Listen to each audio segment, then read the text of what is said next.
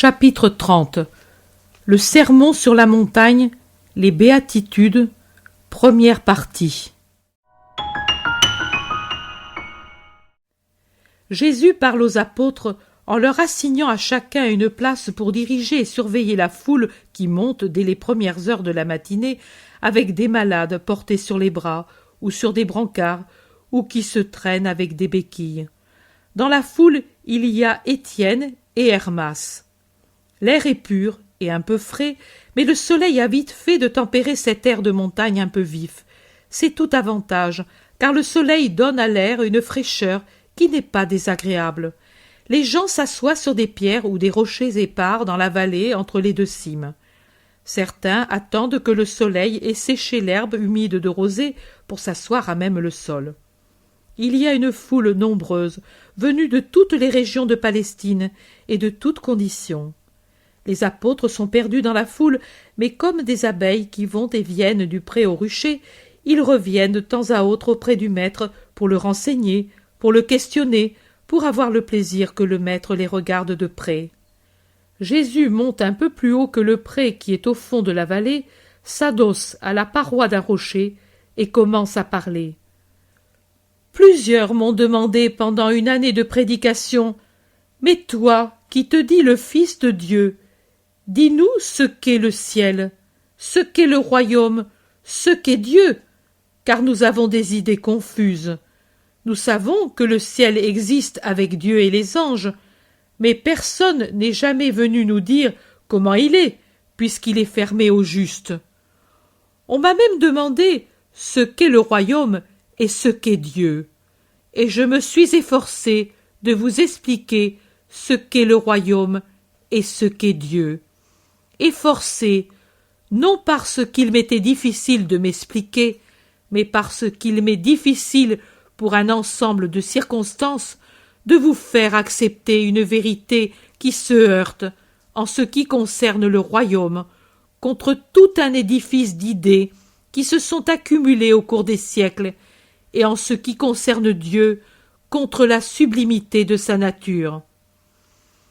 D'autres encore m'ont demandé « C'est bien pour ce qui est du royaume et ce qui est de Dieu, mais comment conquiert-on celui-ci et celui-là » Ici aussi, j'ai cherché à vous expliquer patiemment l'âme véritable de la loi du Sinaï. Celui qui fait sienne cette âme s'approprie le ciel. Mais pour vous expliquer la loi du Sinaï, il faut aussi faire entendre le ton sévère du législateur et de son prophète. S'ils promettent des bénédictions à ceux qui l'observent, ils menacent de peines terribles et de malédictions ceux qui désobéissent. La manifestation du Sinaï fut terrible, et cette terreur se reflète dans toute la loi, se reflète dans tous les siècles et dans toutes les âmes. Mais Dieu n'est pas seulement législateur, il est Père, et un Père d'une immense bonté. Peut-être, et sans aucun doute, vos âmes affaiblies par le péché d'origine, par les passions, par les péchés, par des égoïsmes de toutes sortes, les vôtres et ceux d'autrui, ces derniers vous faisant une âme irritée, les vôtres une âme fermée, ne peuvent s'élever à la contemplation des infinies perfections de Dieu et de la bonté, encore moins que de tout autre, parce que c'est la vertu qui, avec l'amour, est le moins le partage des mortels. La bonté, ô la douceur d'être bon, sans haine, sans envie, sans orgueil. Avoir des yeux qui ne regardent que pour aimer, des mains qui ne se tendent que pour des gestes d'amour, des lèvres qui ne profèrent que des paroles d'amour, et un cœur surtout, qui, uniquement rempli d'amour, force les yeux, les mains et les lèvres à des actes d'amour. Les plus savants d'entre vous savent de quel don Dieu avait enrichi Adam, pour lui et pour ses descendants. Même les plus ignorants parmi les fils d'Israël savent qu'il y a en nous un esprit. Seuls les pauvres païens l'ignorent, cette hôte royale, ce souffle vital, cette lumière céleste qui sanctifie et vivifie notre corps. mais les plus savants savent quel don avait été donné à l'homme, à l'esprit de l'homme. Dieu n'a pas été moins généreux pour l'esprit que pour la chair et le sang de la créature qu'il avait faite avec un peu de boue et avec son souffle. Comme il avait donné les dons naturels de beauté et d'intégrité, d'intelligence et de volonté, le don de s'aimer soi-même et d'aimer les autres, de la même façon, il avait donné les dons moraux avec la soumission des sens à la raison.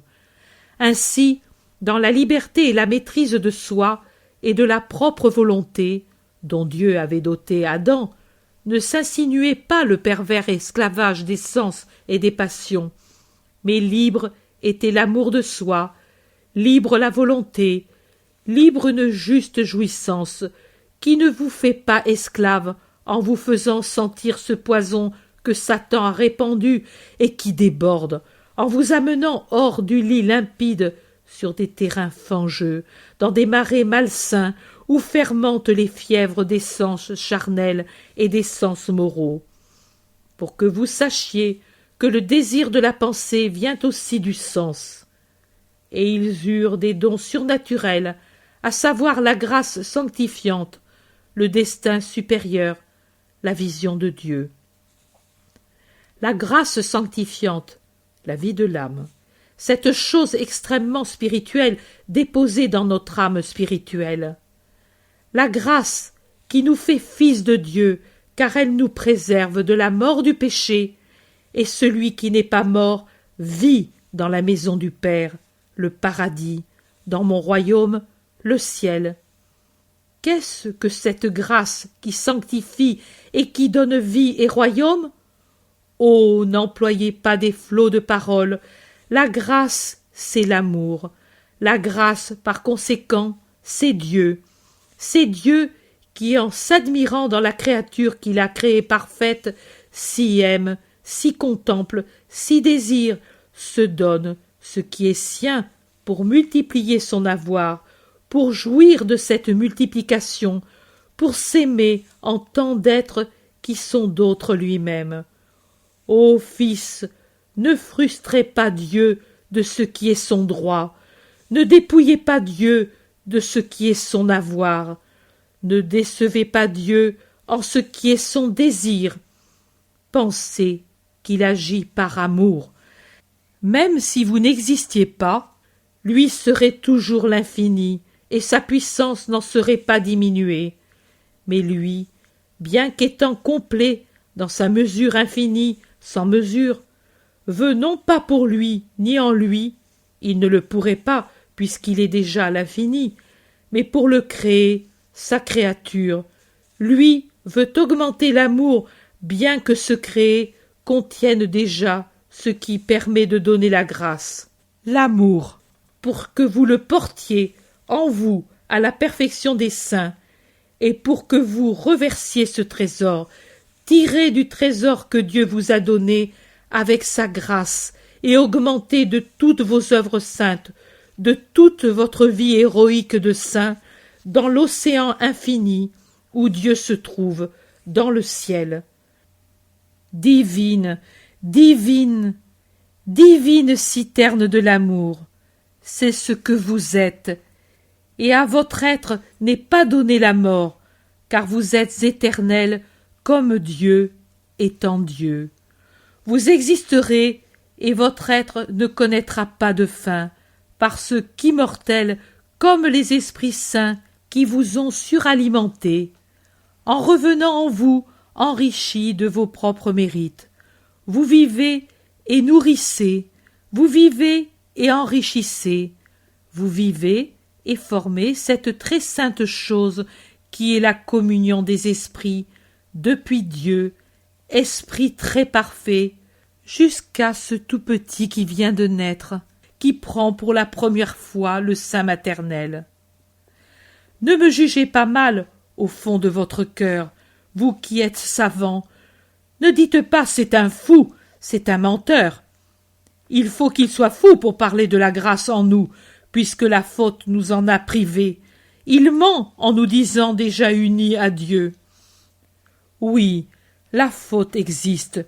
Oui, La séparation existe, mais devant la puissance du Rédempteur, la faute, séparation cruelle survenue entre le Père et les Fils, croulera comme une muraille secouée par le nouveau Samson. Déjà, je l'ai saisie et je la secoue, et elle vacille. Et Satan tremble de colère et d'impuissance, ne pouvant rien contre mon pouvoir, et se voyant arracher tant de proies et devenir plus difficile l'entraînement de l'homme au péché.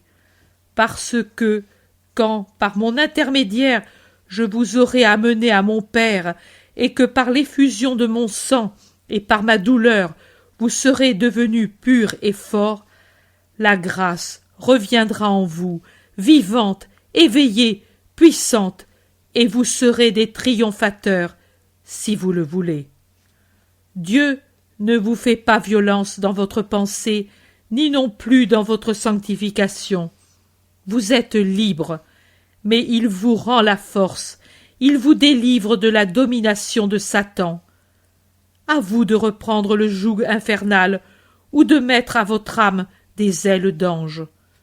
Tout dépend de vous, pour me prendre comme frère, pour que je vous guide et vous nourrisse d'une nourriture immortelle. Comment conquérir Dieu et son royaume en suivant une autre voie plus douce que la voie sévère du Sinaï, dites-vous? Il n'y a pas d'autre chemin. Il y a celui-ci. Mais cependant, ne le regardons pas sous le jour de la menace, mais sous le jour de l'amour. Ne disons pas « malheur si je ne fais pas ceci », en restant tremblant dans l'attente du péché, de n'être pas capable de ne pas pécher. Mais disons « bienheureux serai-je si je fais ceci », et avec un élan de joie surnaturelle, joyeux, élançons-nous vers ces béatitudes qui naissent de l'observation de la loi, comme les roses naissent dans un buisson épineux. Bienheureux si je suis pauvre en esprit, car alors le royaume des cieux est à moi. Bienheureux si je suis doux, parce que j'aurai la terre en héritage. Bienheureux si je suis capable de pleurer sans me révolter, car je serai consolé. Bienheureux si plus que du pain et du vin qui rassasient la chair, j'ai faim de justice. La justice me rassasiera. Bienheureux si je suis miséricordieux, car je profiterai de la divine miséricorde. Bienheureux si je suis pur de cœur, car Dieu se penchera sur mon cœur pur, et moi je le verrai. Bienheureux si j'ai l'esprit de paix, car Dieu m'appellera son fils, car je serai dans la paix et dans l'amour, et Dieu est l'amour qui aime celui qui est semblable à lui. Bienheureux si, par fidélité à la justice, je suis persécuté, parce que pour me dédommager des persécutions de la terre, Dieu me donnera le royaume des cieux. Bienheureux si on m'outrage, et si on m'accuse à tort pour savoir être ton fils, ô Dieu. Ce n'est pas la désolation, mais la joie que cela doit m'apporter, car cela me mettra au niveau de tes meilleurs serviteurs, les prophètes, qui furent persécutés pour la même raison et avec lesquels je crois fermement que je partagerai la même récompense, grande, éternelle, dans le ciel qui m'appartient. Regardons ainsi le chemin du salut à travers la joie des saints. Bienheureux serai-je si je suis pauvre en esprit. Ô fièvre satanique des richesses, à quel délire tu conduis les hommes, les riches, les pauvres. Le riche qui vit pour son or, idole infâme de son esprit en ruine.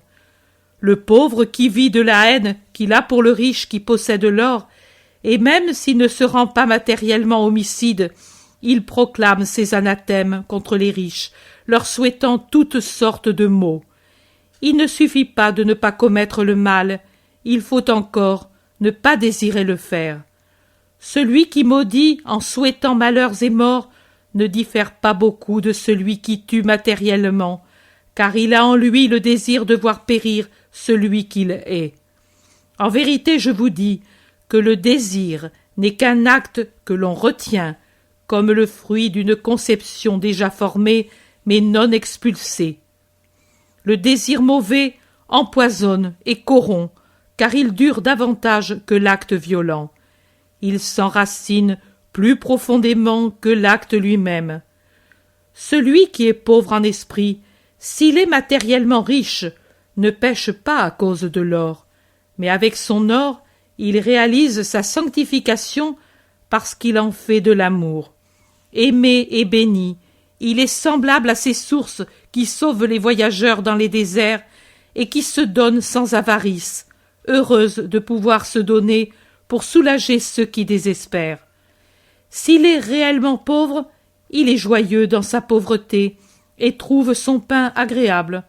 Il est joyeux car il échappe à la fièvre de l'or. Son sommeil ignore les cauchemars et il se lève bien reposé pour se mettre tranquillement à son travail qui lui est léger parce qu'il le fait sans avidité, sans envie.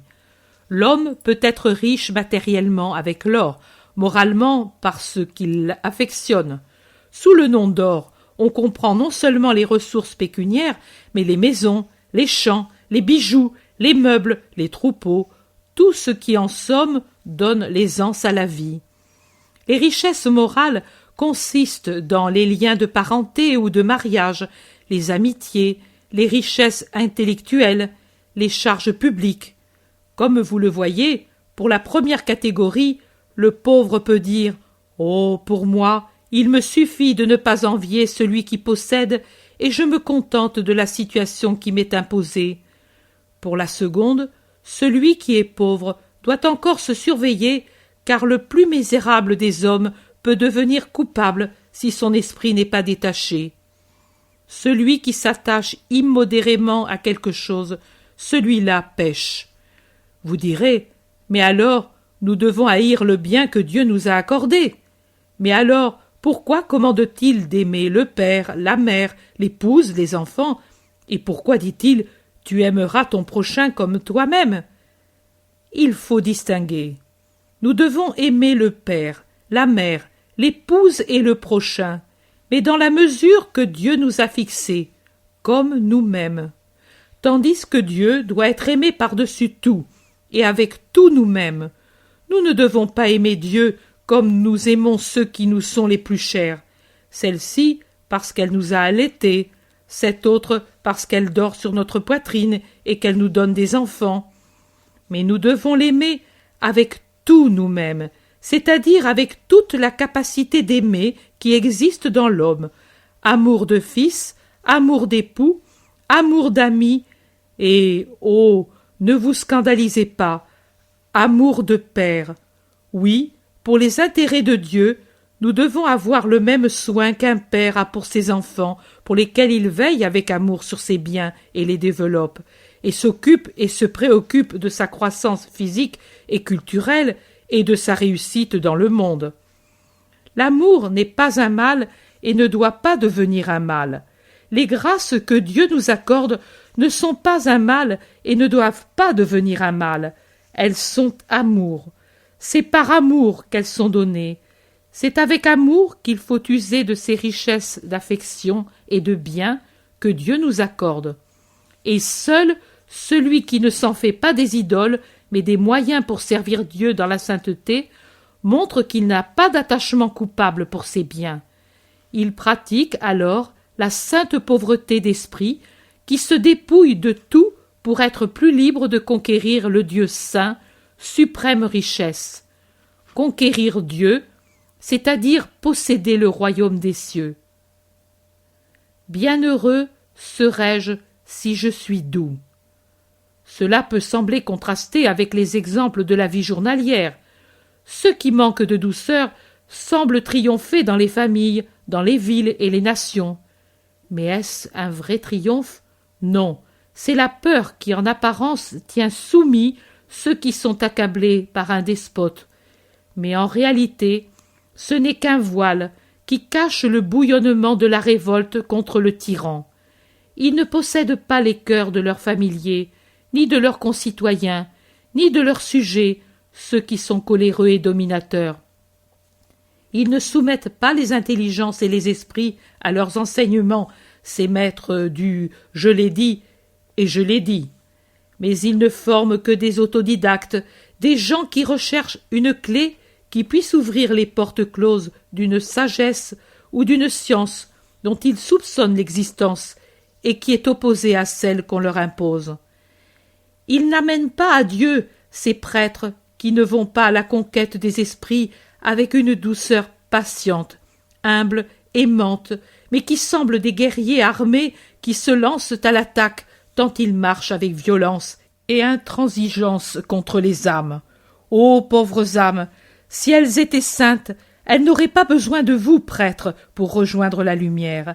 Elles l'auraient déjà en elles. Si elles étaient justes, elles n'auraient pas besoin de vous, juges, pour être retenues par le frein de la justice. Elles l'auraient déjà en elles.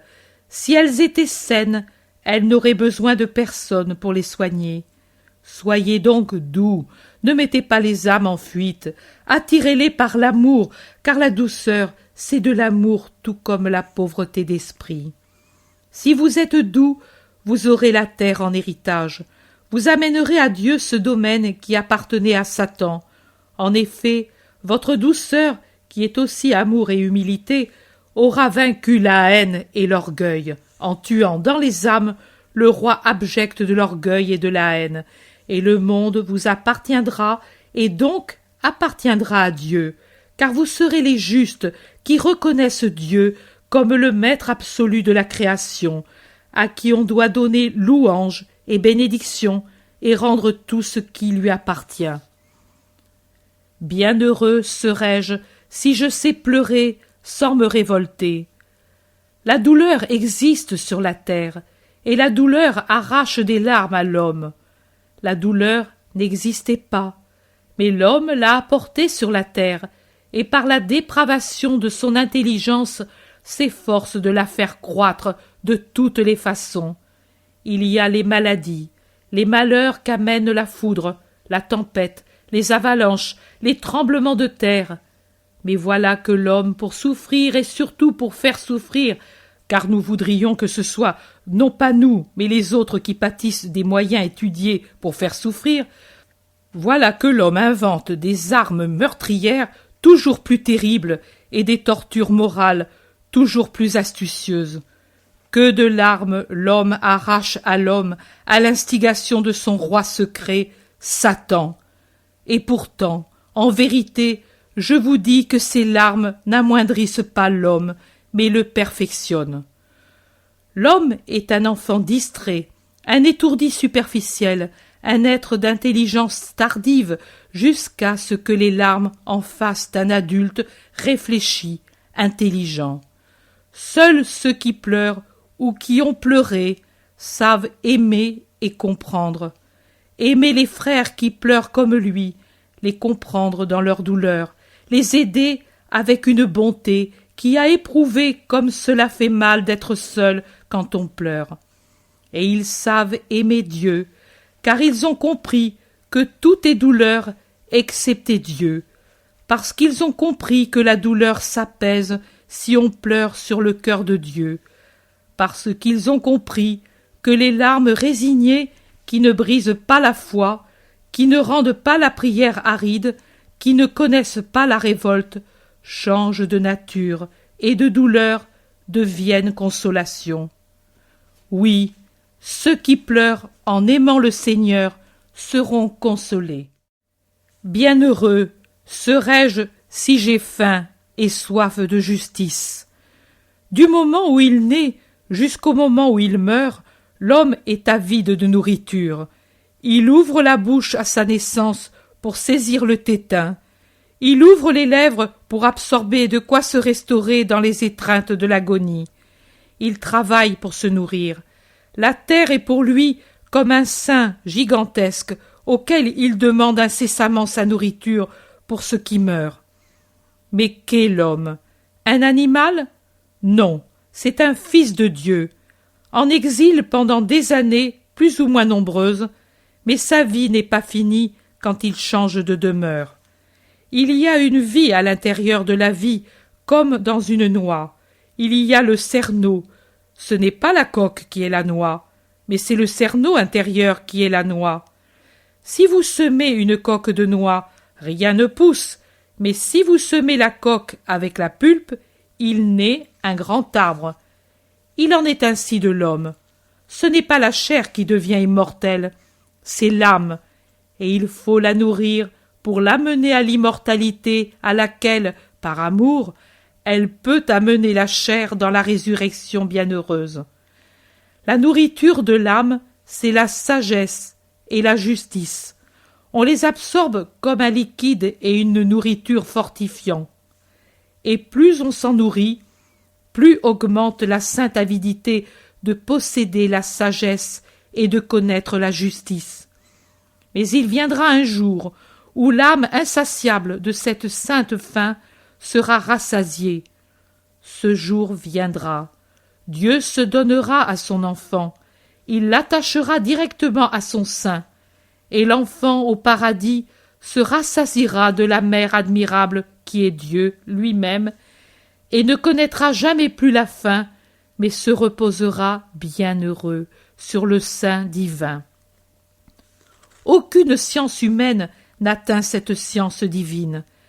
La curiosité de l'intelligence peut être satisfaite, mais pas les besoins de l'esprit. Et même à cause de la différence de saveur, l'esprit éprouve du dégoût et détourne sa bouche du tétin amer, préférant souffrir de faim qu'absorber une nourriture qui n'est pas venue de Dieu. N'ayez aucune crainte, vous qui êtes assoiffés ou affamés de Dieu. Restez fidèles et vous serez rassasiés par celui qui vous aime. Bienheureux serai-je si je suis miséricordieux. Qui d'entre les hommes peut dire « Je n'ai pas besoin de miséricorde » ? Personne. Or, si dans l'ancienne loi il est dit « œil pour œil et dent pour dent », pourquoi ne devrait-on pas dire dans la nouvelle « Qui aura été miséricordieux trouvera miséricorde » ? Tous ont besoin de pardon. Eh bien, ce n'est pas la formule et la forme d'un rite qui ne sont que des symboles extérieurs accordés à l'opaque esprit humain qui obtiennent le pardon, mais c'est le rite intérieur de l'amour ou encore de la miséricorde. Que si on a imposé le sacrifice d'un bouc ou d'un agneau et l'offrande de quelques pièces de monnaie, cela fut fait parce qu'à la base de tout mal on trouve encore toujours deux racines, la cupidité et l'orgueil. La cupidité est punie par la dépense qu'il faut faire pour l'offrande, l'orgueil par la confession publique du rite. Je célèbre ce sacrifice parce que j'ai péché. Et cela se fait aussi pour annoncer les temps et les signes des temps, et le sang répandu est la figure du sang qui sera répandu pour effacer les péchés des hommes. Bienheureux donc celui qui sait être miséricordieux pour ceux qui sont affamés, nus, sans toit, pour ceux encore plus misérables qui sont ceux qui ont un mauvais caractère, qui fait souffrir ceux qui le possèdent et ceux qui vivent avec eux. Ayez de la miséricorde, pardonnez, compatissez, secourez, instruisez, soutenez. Ne vous enfermez pas dans une tour de cristal en disant « Moi, je suis pur et je ne descends pas parmi les pécheurs. » Ne dites pas « Je suis riche et heureux et je ne veux pas entendre parler des misères d'autrui. » Pensez que plus vite que la fumée que disperse un grand vent, votre richesse peut se dissiper, et aussi votre santé, votre aisance familiale. Et rappelez-vous que le cristal fait office de loupe, et que ce qui serait passé inaperçu en vous mêlant à la foule, vous ne pourrez plus le tenir caché, si vous vous établissez dans une tour de cristal, seul, séparé, éclairé de tous côtés. Miséricorde pour accomplir un sacrifice secret, continuel, saint d'expiation, et obtenir miséricorde. Bienheureux serai-je si j'ai le cœur pur. Dieu est pureté. Le paradis est le royaume de la pureté. Rien d'impur ne peut entrer au ciel où est Dieu. Par conséquent, si vous êtes impurs, vous ne pourrez entrer dans le royaume de Dieu. Mais, ô joie, joie anticipée que Dieu accorde à ses fils. Celui qui est pur possède dès cette terre un commencement de ciel, car Dieu se penche sur celui qui est pur, et l'homme qui vit sur la terre voit son Dieu. Il ne connaît pas la saveur des amours humaines, mais il goûte jusqu'à l'extase la saveur de l'amour divin. Il peut dire « Je suis avec toi, et tu es en moi. Je te possède donc, et je te connais comme l'époux très aimable de mon âme. » Et croyez que celui qui possède Dieu subit, inexplicable à lui-même, des changements substantiels qui le rendent saint, sage, fort. Sur ses lèvres s'épanouissent des paroles, et ses actes possèdent une puissance qui n'est pas de la créature, mais de Dieu qui vit en elle. Qu'est la vie de celui qui voit Dieu? Béatitude. Et vous voudriez vous priver d'un pareil don par une fétide impureté? Bienheureux serais-je si j'ai un esprit pacifique. La paix est une des caractéristiques de Dieu. Dieu n'est que dans la paix, car la paix est amour, alors que la guerre est haine. Satan, c'est la haine. Dieu, c'est la paix. Personne ne peut se dire fils de Dieu, et Dieu ne peut reconnaître pour son fils un homme qui a un esprit irascible et toujours prêt à déchaîner des tempêtes. Non seulement, mais de même ne peut se dire fils de Dieu celui qui, ne déchaînant pas personnellement des tempêtes, ne contribue pas, par sa grande paix, à calmer les tempêtes suscitées par d'autres. Le pacifique répand la paix, même s'il se tait. Maître de lui-même, et j'ose dire maître de Dieu, il la porte comme une lampe porte sa lumière, comme un encensoir répand son parfum, comme une outre porte son liquide, et il produit la lumière parmi les nuées fumantes des rancœurs. Il purifie l'air des miasmes des aigreurs. Il calme les flots furieux des procès par cette huile suave qu'est l'esprit de paix qui émane des fils de Dieu. Faites que Dieu et les hommes puissent vous appeler ainsi. Bienheureux serais-je si je suis persécuté pour mon amour de la justice. L'homme est tellement satanisé qu'il hait le bien partout où il se trouve, qu'il hait celui qui est bon, comme si celui qui est bon, jusque par son silence, l'accusait et lui faisait des reproches. En effet, la bonté de quelqu'un fait paraître encore plus noire la méchanceté du méchant. En effet, la foi du vrai croyant fait ressortir encore plus vivement l'hypocrisie du faux croyant. En effet, il ne peut pas ne pas être détesté par ceux qui sont injustes, celui qui par sa manière de vivre témoigne sans cesse en faveur de la justice. Et alors voilà qu'on se déchaîne contre ceux qui aiment la justice. Ici aussi, c'est comme pour les guerres. L'homme progresse dans l'art satanique de persécuter plus qu'il ne progresse dans l'art saint de l'amour. Mais il ne peut que persécuter ce dont la vie est brève. L'Éternel qui est dans l'homme échappe au piège et acquiert ainsi une vitalité plus vigoureuse du fait de la persécution.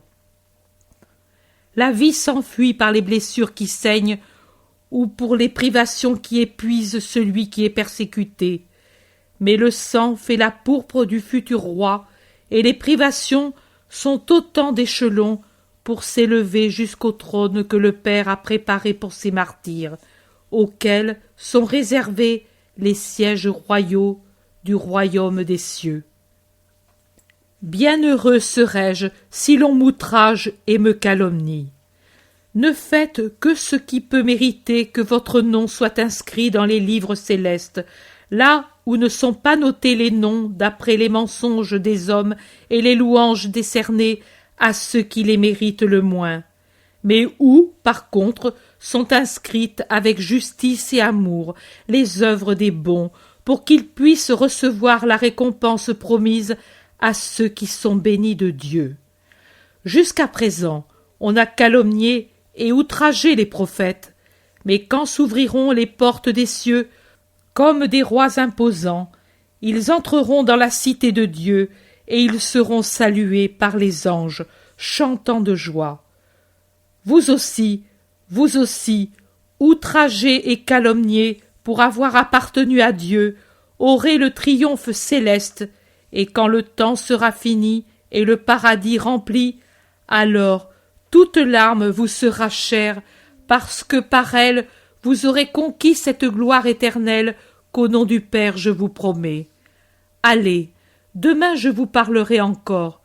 Que restent seulement les malades pour que je les secours dans leur peine.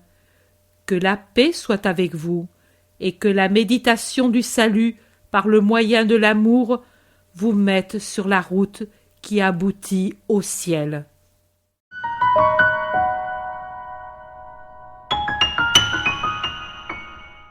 Bonjour, je suis Bruno Périnet, président de l'association Maria Valtorta. Vous voulez aider à faire connaître Jésus avec l'évangile tel qu'il m'a été révélé de Maria Valtorta. Une dizaine de conférenciers rencontrent des familles, des paroisses et des lecteurs dans des salles publiques. Le budget annuel de ces 200 conférences dans toute la France est de 27 000 €. Participez à ce projet national. Faites un don défiscalisable à l'association Maria Valtorta.